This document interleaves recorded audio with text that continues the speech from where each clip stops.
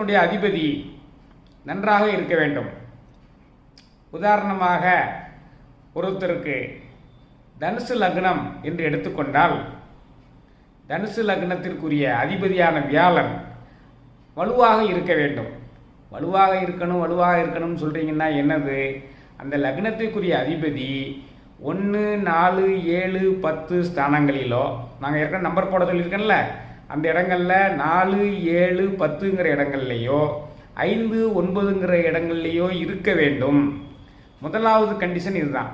ஒருவருடைய லக்னமும் லக்னாதிபதியும் வலுவாக இருந்தார்களேயானால் இந்த இடங்களில் இருந்து அதற்கு கூடுதல் பலமாக சுப கிரகங்கள் என்று சொல்லக்கூடிய வியாழன், புதன், சுக்கிரன், வளர்பிறை, சந்திரன் இவர்களால் பார்க்கப்பட்டால் அந்தந்த கிரகங்கள் எங்கிருந்து பார்க்கின்றனோ அதுக்கு தகுந்தபடி அவர்களுடைய உடலினுடைய பாகங்கள் வனப்பு மிகுந்ததாக இருக்கும்.